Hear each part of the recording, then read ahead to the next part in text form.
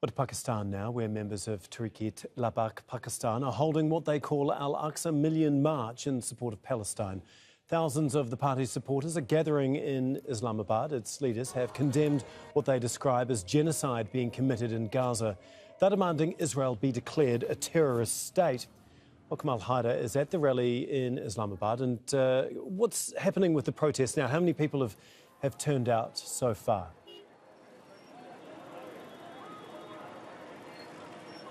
Well, as you can see behind me, tens of thousands of people are marching just a few meters from Islamabad. Very soon they will be in the city. We are standing at 0 point. Emotions are running high.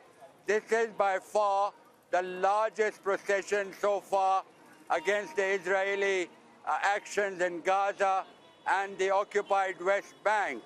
Now, we've been speaking to a lot of people here who say that the governments must do more. And if they cannot do anything, they should allow the people to go so they can fight alongside their Palestinian brothers and sisters in the occupied territories. As you can see, this particular procession is several kilometers long. We've been on this bridge for about half an hour, and the procession has still not ended.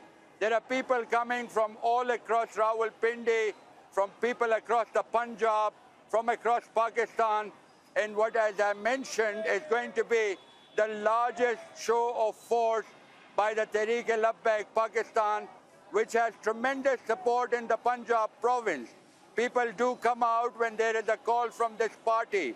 And today we can see and witness one of the largest processions here taking place in the capital, Islamabad. The security forces, of course, are also on alert.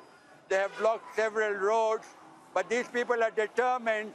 They're going to go into Islamabad and they're going to make that protest being felt, and also for people to see that the people of Pakistan totally reject the Israeli genocide in Gaza and also on the West Bank. Thanks so much, Kamal. That's an incredible turnout there. Kamal Haider for us in Islamabad.